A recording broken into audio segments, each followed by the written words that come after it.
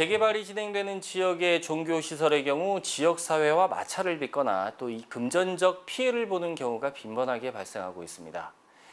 역사를 가지고 있는 교회가 터전을 잃은 경우도 발생하고 있어 전문적인 대처가 필요하다는 목소리가 높은데요. 오늘 피플 앤 이슈 시간에는 한국교회 재개발연구소 소장 이봉석 목사님을 모시고 교회 재개발에 관한 이야기 나누어 보도록 하겠습니다. 소장님 안녕하세요. 네, 안녕하십니까. 예. 한국교회 재개발연구소 어떤 사역을 하고 있는 곳입니까? 네, 교회 재개발하면 모든 교회들이 처음 당하는 일이기 때문에 잘못 대처해서 피해를 보는 사례들이 많습니다. 그래서 그런 피해당하는 교회들을 위해서 돕고자 전문 변호사들과 함께 최소한의 피해를 줄이고 교회가 유익된 방향으로 해야 되겠다라는 측면에서 연구소를 만들게 됐습니다. 예.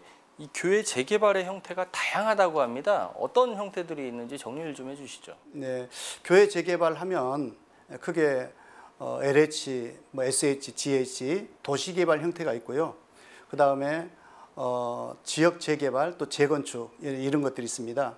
그런데 특히 지역 재개발과 재건축보다도 실질적으로 피해를 보는 교회들이 LH에서 도시개발 형태의 피해들이 많습니다. 이런 교회들은 초기 단계에서 대처를 잘하면 큰 피해를 줄일 수가 있는데 대부분의 교회들이 초기 단계를 놓쳐서 사실 피해를 보는 경우들은 많습니다. 그러나 재개발이나 재건축 같은 경우는 초기 단계를 놓쳤다 할지라도 여러 가지 교회가 유리한 조건을 만들어 갈 수 있는 길이 많습니다. 사전 정보가 많이 필요할 것 같은데. 그렇습니다. 네. 이 재개발 지역에서 종교시설 말씀하신 대로 종교시설에 피해가 있다면 어떤 피해가 있을까요? 제가 상담하고 제가 이제 일하는 그 교회들 중에서 보면은 크게 두 가지로 피해 사례를 볼 수 있었습니다. 하나는 교회가 종교 부지를 못 받는다든지 또는 종교 부지가 예를 들어서 500평이었는데 뭐 한 250평 정도밖에 못 받는다든지 이런 피해 사례가 있고, 그 다음에 이 교회 재개발도 오래전부터 브로커가 활개를 치다 보니까 과도하게 욕심을 부추겨 가지고 뭐 몇십억을 받아주겠다, 뭐 몇백을 받아주겠다라고 하면서 그래서 그냥 미혹돼서 하는 교회들이 마지막 조합하고 합의하는 과정 속에서 합의서를 잘못 써가지고 그냥 쉽게 명도소송이 끝나가지고 감정 가격만 받고 끝나는 경우도 있습니다. 그러니까 그렇게 된다면 교회가 피해가 너무 큰 거지요. 네. 브로커에 대해서도 말씀을 잠깐 해주셨는데 이 종교시설 로 교회가 이제 그 보상을 받거나 할 때 가장 주의해야 할 부분이 뭘까요? 원래 재개발하면 크게 4단계로 우리가 요약할 수가 있습니다. 하나는 추진위원 단계가 있고 조합 설립 단계가 있고 사업 시행 인가 단계가 있고 또 관리 처분 인가를 받아서 이주하게 되는데, 대부분의 교회들은 건물과 땅 가격이 아주 낮게 책정이 됩니다. 그리고 종전 후에 개발 후에 교회에서 받아야 될 대토 부지는 아주 높은 가격으로 책정이 됩니다. 그렇기 때문에 기존에 있었던 그 건물이나 땅의 그 가격을 가지고 대토 종교 부지를 준다고 그러는데 그 가격, 종교 부지 가격도 받지 못하는 그런 형편없는 경우가 있습니다.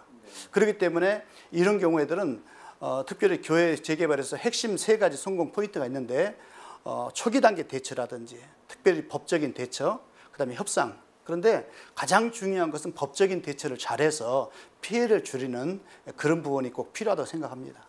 예, 뭐 언급해 주신 것 같은데 지역 재개발에서 교회가 피해를 본다면 금전적 피해가 가장 클 것 같아요. 네. 예, 특별히 이 금전적 피해를 예방하기 위해서 주의해야 될 부분이 있다면 뭐가 있을까요? 네, 그러니까 보상에 뭐 법적인 근거도 없는데 브로커가 막 부추겨 가지고 많이 받겠다, 과도한 욕심을 부린다든지 이런 것도 피해야 될 것이고, 그 다음에 협상하는 과정 속에 잘못된 정보를 가지고 합의서를 잘못 쓴다든지, 그러니까 조합에서 브로커를 유도하기도 합니다. 뭐 얼마 정도 줬으면 좋겠냐, 그러니까 뭐 크게 예를 들어서 뭐 교회 같이 뭐 5배, 6배, 7배 뭐 감정 가격에 이렇게 부르기도 하고 마치 줄 것처럼. 그런데 이제 브로커가 그 합의서를 가지고 조합에 들어갔는데 오히려 그것이 이용당해 가지고 쉽게 명도소송이 끝나버린 경우가 있습니다. 이런 걸 굉장히 조심해야 됩니다. 그러니까 마지막 단계에서는 꼭 전문가와 전문 변호사와 함께 협상을 하면서 법적인 대처를 하는 것이 교회가 피해를 줄이는 아주 유일한 방법 중에 하나입니다. 예, 마지막 질문으로 앞으로 이제 교회 재개발에 재개발을 앞둔 교회들이 많을 건데 네. 이러한 교회들에게 당부하시고 싶은 가장 핵심적이고 중요한 말씀 있으시면 한 말씀해 주시죠. 네, 교회 재개발은 어떻게 보면은 사람의 형 같지만 하나님의 주권에 의해서 되어진다고 생각합니다. 그리고 교회 재개발은 무조건 교회가 피해를 본다 이런 생각을 하지만 때로는 하나님의 은혜로 새 성전을 선물 받을 수 있는 기회이기도 합니다.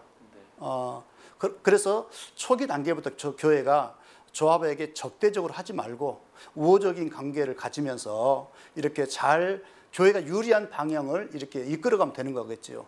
그리고 마지막에 법적인 대처가 참 중요한데 이때는 정말 교회 재개발에 대한 베테랑 변호사가 필요하고 그리고 그런 분들하고 함께 마지막 협상을 이끌어갈 때 실수하지 않고 이렇게 좋은 결과를 나타낸다 이렇게 생각할 수 있겠습니다. 예, 소장님 오늘 말씀 잘 들었습니다. 한국교회가 더 발전해가고 또 지역사회와 함께 성장해 갈 수 있도록 앞으로 더 많은 활동 있으시길 기대하겠습니다. 네, 감사합니다. 네. 네.